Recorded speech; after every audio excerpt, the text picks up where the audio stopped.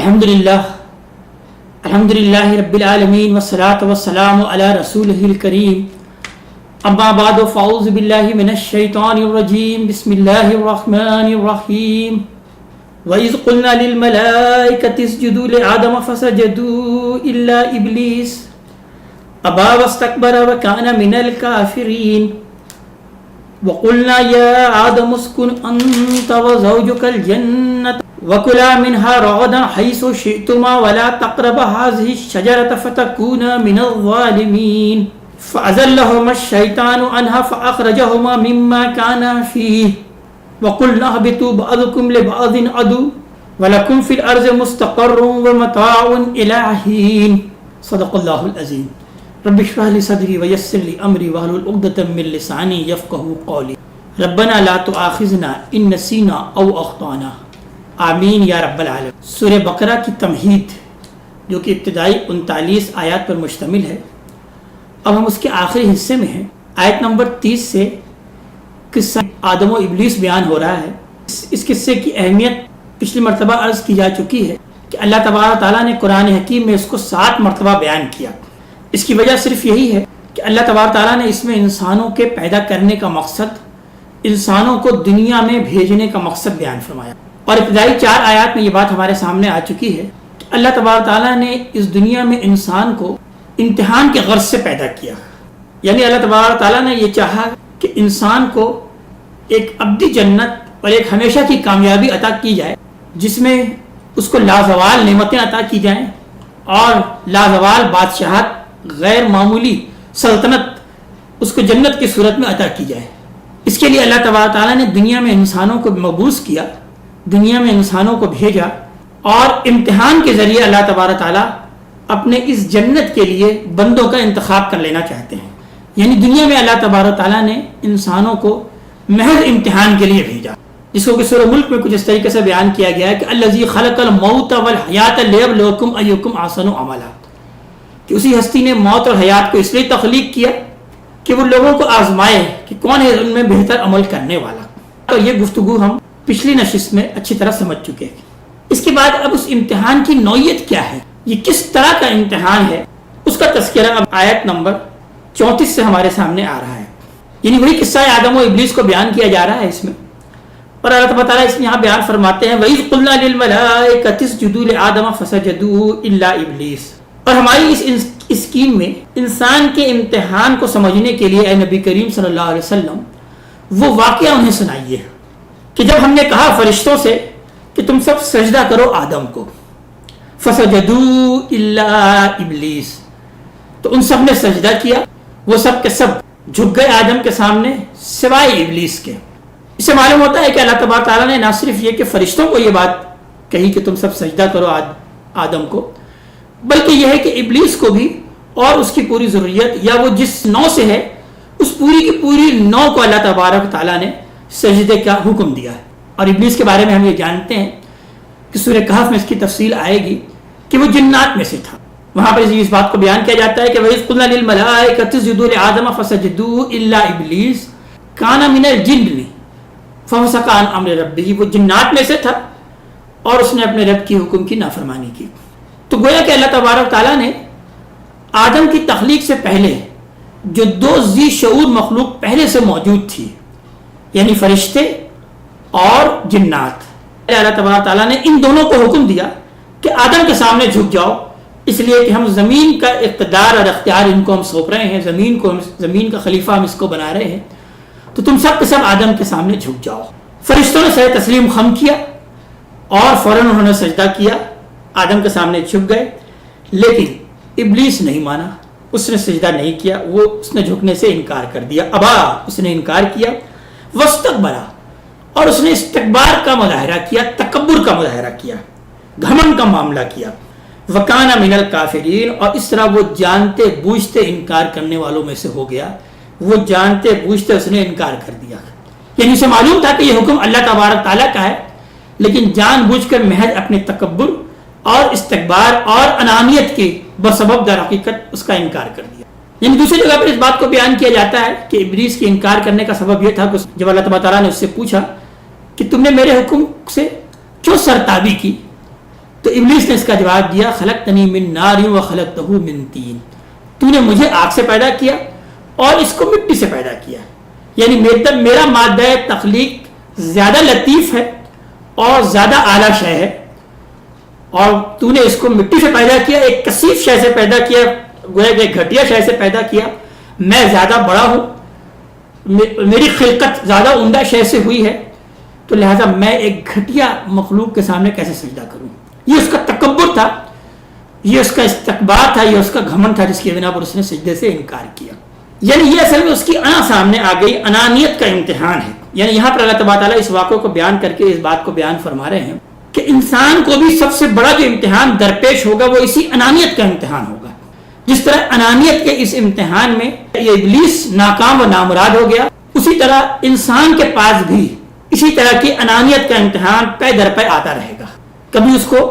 اپنے زیادہ دولت مند ہونے کا ظلم اور گھمنڈ اور تکبر ہوگا، لہذا وہ کسی غریب کو اپنے سے کمتر سمجھ رہا ہوگا، کبھی اس کو اپنی نسلی برتری کا احساس ہوگا، کبھی اس کو اپنی خاندانی برتری کا احساس ہوگا، کبھی اس کو اپنی کسی اور شے کی برتری کا احساس ہوگا جس سے وہ تکبر کا مظاہرہ کرے گا۔ یعنی اس واقعے کے ذریعے سے در حقیقت اللہ تبارک تعالیٰ اس بات کو بیان فرما رہے ہیں کہ امتحان کی جو نوعیت ہے جو انسان کو درپیش ہوگی، اس میں نمبر 1 یہی ہے انانیت، انسان کی انا۔ یعنی جب اللہ تبارک تعالیٰ کا حکم سامنے آ جائے اور حق سامنے آ جائے تو در حقیقت سر تسلیم خم کر دینا چاہیے، جیسے کہ فرشتوں نے سر تسلیم خم کیا اور جھک گئے اور اطاعت کو بجا لے کے آئے۔ انسان کے سامنے بھی اسی طرح کے امتحانات پے در پے آتے رہیں گے، اس کے سامنے حق آئے گا، لیکن اپنی نسلی تعصب، اپنا مذہبی تعصب، اپنا مسلکی تعصب اس کے سامنے آڑے آ جائے گا اور وہ اس حق کو ماننے سے انکار کر دے گا۔ جیسا کہ نبی کریم صلی اللہ علیہ وسلم کے معاملے میں ہم یہ دیکھتے ہیں کہ آپ صلی اللہ علیہ وسلم کو سچا نبی مشرکین مکہ نے بھی پہچان لیا تھا، یہود و نصارہ نے بھی جان لیا تھا کہ آپ واقعی اللہ تبارک تعالیٰ کے نبی ہیں۔ قرآن حکیم اس بات کی گواہی دیتا ہے اور بیان کرتا ہے کہ یعرفونہ کما یعرفون ابناءہم، وہ آپ کو ایسے پہچانتے ہیں جیسے یہ اپنے بیٹوں کو پہچانتے ہیں۔ تو انہوں نے تو آپ کو پہچان لیا تھا، لیکن صرف اور صرف تعصب کی بنیاد پر ماننے سے انکار کر دیا۔ یعنی ہم جانتے ہیں کہ مشرکین مکہ کے مختلف خاندان، ابو جہل نے اس بات سے انکار کر دیا کہ میرے اور بنو ہاشم کے خاندان میں ہمیشہ سے ایک مسابقت رہی ہے، اگر آج میں محمد کو نبی مان لوں، رسول مان لوں، تو گویا کہ میں بنو ہاشم کے سامنے جھک گیا، میری انانیت مجروح ہو گئی۔ تو یہ اصل میں انانیت کا امتحان تھا جو کہ آڑے آ گیا۔ اسی طرح ہم جانتے ہیں کہ یہود و نصارہ، خاص طور پر یہود، ان کو بھی اپنی انانیت اور اس بات کی برتری تھی کہ ہم اللہ تبارک تعالیٰ کے چہیتے لوگ ہیں، نحن ابناء اللہ و احباؤہ، اللہ تعالیٰ کے بیٹوں کو مانند ہیں، ہم اللہ تعالیٰ کے خاص ہیں، لہٰذا ہم یہ بنی اسماعیل جس کو کہ وہ نیچ سمجھتے تھے، گھٹیا نسل سمجھتے تھے، اس کے بارے میں ان کا کہنا یہ تھا کہ ہم اس کے ایک فرد کو کیسے نبی مان لیں، ہم اس کے ایک فرد کے سامنے کیسے جھک جائیں۔ تو یہ انانیت کا امتحان اکثر و بیشتر انسان کے پاس آتا ہے، اور نبی کریم صلی اللہ علیہ وسلم نے اسی کو تکبر سے بیان فرمایا۔ آپ صلی اللہ علیہ وسلم نے حدیث میں اس بات کو بیان کیا کہ تکبر در حقیقت یہی ہے کہ انسان حق کو ماننے سے انکار کر دے اور دوسرے کو اپنے سے حقیر سمجھے، یہ ہے تکبر کی صحیح تعریف۔ اسی لیے آپ صلی اللہ علیہ وسلم نے اس بات کو بیان فرمایا آپ کی دوسری حدیث میں کہ جس شخص کے دل میں رائی کے دانے کے برابر بھی تکبر ہوگا وہ کبھی بھی جنت میں داخل نہیں ہو سکے گا۔ اونٹ سوئی کے ناکے میں داخل ہو سکتا ہے، لیکن ایک متکبر شخص کبھی بھی جنت میں داخل نہیں ہوگا۔ تو یہ سب سے بڑا اور بنیادی امتحان جو انسان کو درپیش ہے وہ در حقیقت یہی انانیت کا امتحان ہے۔ اس انانیت کے امتحان میں ابلیس ناکام ہوا، اس واقعے کے ذریعے سے اللہ تبارک تعالیٰ نے اس بات کو بیان کیا۔ اس امتحان کی دوسری نوعیت کیا ہے؟ وَقُلْنَا يَا آدَمُ اسْكُنْ أَنْتَ وَزَوْجُكَ الْجَنَّةَ، اور ہم نے کہا آدم کو کہ تم اور تمہاری بیوی، تمہاری زوجہ اب سکونت اختیار کرو، رہو اس جنت میں۔ اللہ تبارک تعالیٰ نے کوئی جنت عارضی طور پر ڈیمونسٹریشن کے لیے تعمیر کر دی اور بیان کیا کہ اس کے اندر تم رہو۔ وَكُلَا مِنْهَا رَغَدًا حَيْثُ شِئْتُمَا، اور کھاؤ اس میں سے بافراغت جہاں سے بھی تم چاہو، جیسے بھی تم چاہو اس میں سے بافراغت کھاؤ۔ وَلَا تَقْرَبَ هَٰذِهِ الشَّجَرَةَ فَتَكُونَا مِنَ الظَّالِمِينَ، تو دیکھو اس درخت کے قریب بھی مت جانا ورنہ ہو جاؤ گے ظالموں میں سے، ہو جاؤ گے نافرمانوں میں سے۔ یہ درخت کیا ہے؟ قرآن حکیم کے دوسرے مقامات کا مطالعہ کرنے سے یہ بات معلوم ہو جاتی ہے کہ یہ درخت در حقیقت اللہ تبارک تعالیٰ نے مجازی معنوں میں استعمال کیا، یعنی حقیقی معنوں میں یہ کوئی درخت نہیں ہے،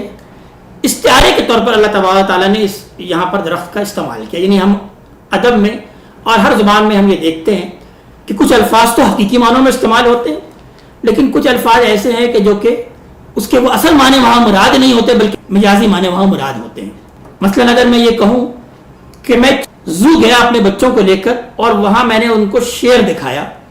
تو اس کے معنی مطلب یہی ہے شیر سے کہ میں نے وہ شیر جانور اس کو دکھایا۔ اور اگر میں یہ کہوں کہ میرا یہ بیٹا تو در حقیقت شیر ہے، شیر، تو اس کا مطلب یہ ہوا کہ یہاں پر میں لفظ شیر کو مجازی معنوں میں استعمال کر رہا ہوں، استعارے کے طور پر استعمال کر رہا ہوں، یعنی شیر کی ایک صفت ہے بہادری، تو میں اپنے بیٹے کی بہادری کا تذکرہ کرتے ہوئے اس بات کو بیان کر رہا ہوں کہ میرا بیٹا در حقیقت شیر ہے، یعنی وہ حقیقی معنوں میں کوئی شیر نہیں ہے بلکہ شیر کی طرح وہ بہادر۔ تو بالکل اسی طرح قرآن حکیم میں اگر ہم سورۃ طٰہٰ کا مطالعہ کرتے ہیں جہاں پر یہ قصہ آدم اور ابلیس کو بیان کیا گیا، اور اسی طرح ہم سورہ اعراف کا مطالعہ کرتے ہیں تو بالکل یہ بات کھل کر سامنے آ جاتی ہے کہ یہاں پر یہ درخت ایک مجازی معنوں میں استعمال ہوا ہے، اور اس سے مراد در حقیقت وہ شجرہ تناسل ہے۔ مثلا سورۃ طٰہٰ میں یہ الفاظ آتے ہیں کہ فوسوس الیہ الشیطان قال یا آدم هل ادلک علی شجرۃ الخلد وملک لا یبلی، تو شیطان نے ان کو وسوسہ اندازی کی اور کہا اے آدم کیا میں آپ کو ہمیشگی کے درخت کا پتہ نہ دوں اور اس لازوال بادشاہی کا نہ بیان کر دوں، یعنی وہ ہمیشگی کا درخت، وہ درخت کہ جس کا کہ پھل کھانے کے بعد تم اس میں ہمیشہ رہو گے۔ اور یہی بات کم و بیش سورہ بلکہ اس سے زیادہ وضاحت کے ساتھ سورہ اعراف میں بیان کی ہے کہ شیطان نے ان کو ورغلایا اور کہا کہ اللہ تبارک تعالیٰ نے تم کو اس درخت سے اس لیے منع کیا ہے کہ اگر تم اس کا پھل کھا لو گے تو تم ہمیشہ اس میں رہنے والے ہو جاؤ گے۔ پھر اس میں بیان ہوتا ہے سورہ طٰہٰ میں بھی اور سورہ اعراف میں بھی کہ فلما ذاق الشجرۃ بدت لہما سوآتہما، جیسے ہی انہوں نے اس درخت کے پھل کا مزہ چکھا تو کھل گئی ان سے ان کی شرمگاہیں، واضح ہو گئی ان پر ان کی وہ شرمگاہیں۔ یعنی اس سے یہ مراد ہوا کہ در حقیقت یہاں پر کوئی درخت مراد نہیں ہے، اللہ تبارک تعالیٰ نے آدم اور ان کی بیوی کو حکم دیا کہ وہ اس جنت میں رہیں اور جو چاہے کھا سکتے ہیں، لیکن اس شجرہ تناسل کے درخت کے قریب نہ جائیں، یعنی اس تعلق کو قائم نہ کریں جو میاں بیوی کا تعلق ہے، اس سے ان کو روک دیا۔ یعنی اگرچہ ان کا رشتہ میاں بیوی کا ہی تھا، لیکن جیسے کہ ہم روزے کی حالت میں اللہ تبارک تعالیٰ اس تعلق سے کچھ عرصے کے لیے روک دیتے ہیں، کچھ وقت کے لیے روک دیتے ہیں، اللہ تبارک تعالیٰ نے امتحان کے غرض سے اس درخت کے پھل کھانے سے روک دیا، لیکن شیطان نے یہیں سے انسان پر حملہ کیا، کیونکہ یہی ہے وہ سب سے نازک جگہ جہاں سے سب سے زیادہ کامیاب حملہ کیا جا سکتا ہے۔ لہذا بیان کیا گیا کہ فَأَزَلَّهُمَ الشَّيْطَانُ عَنْهَا، تو شیطان نے ان دونوں کو بھسلایا،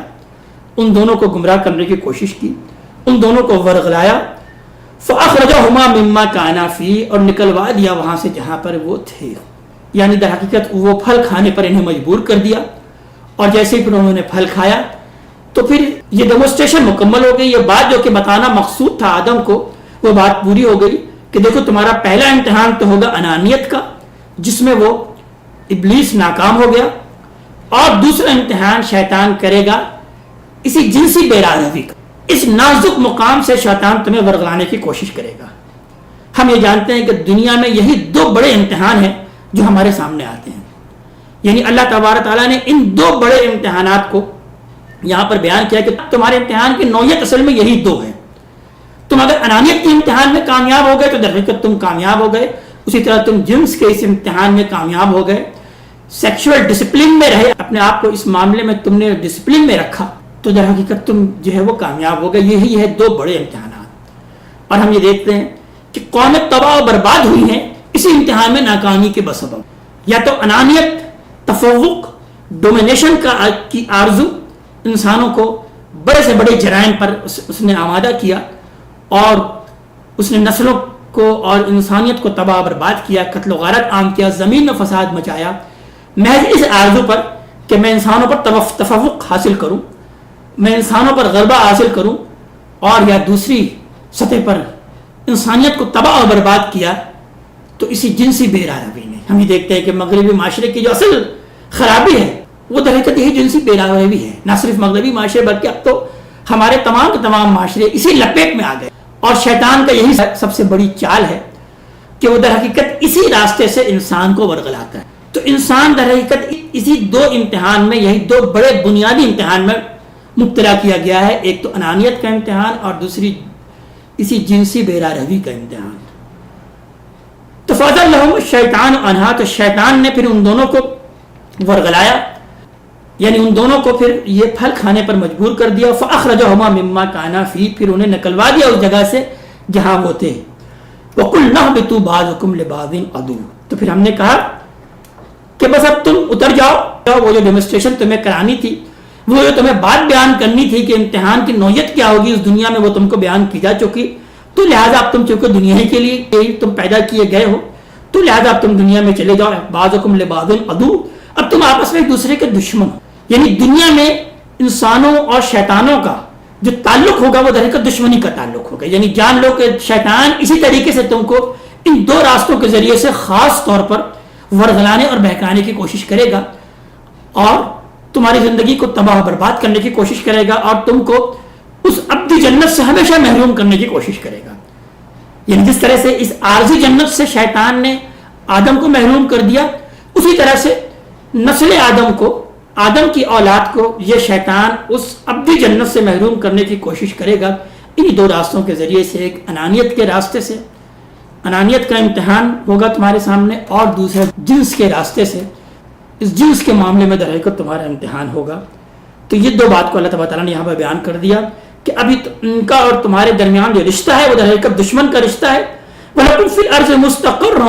وَمَتَاعٌ إِلَىٰ حِينٍ، اور زمین میں اب تمہارا ٹھکانہ ہے، زمین میں تمہارا رہنا ہے، اور وہاں متاع ہوگا، وہاں تمہارے لیے ساز و سامان اللہ تبارک تعالیٰ پرووائڈ کر دیں گے، زمین میں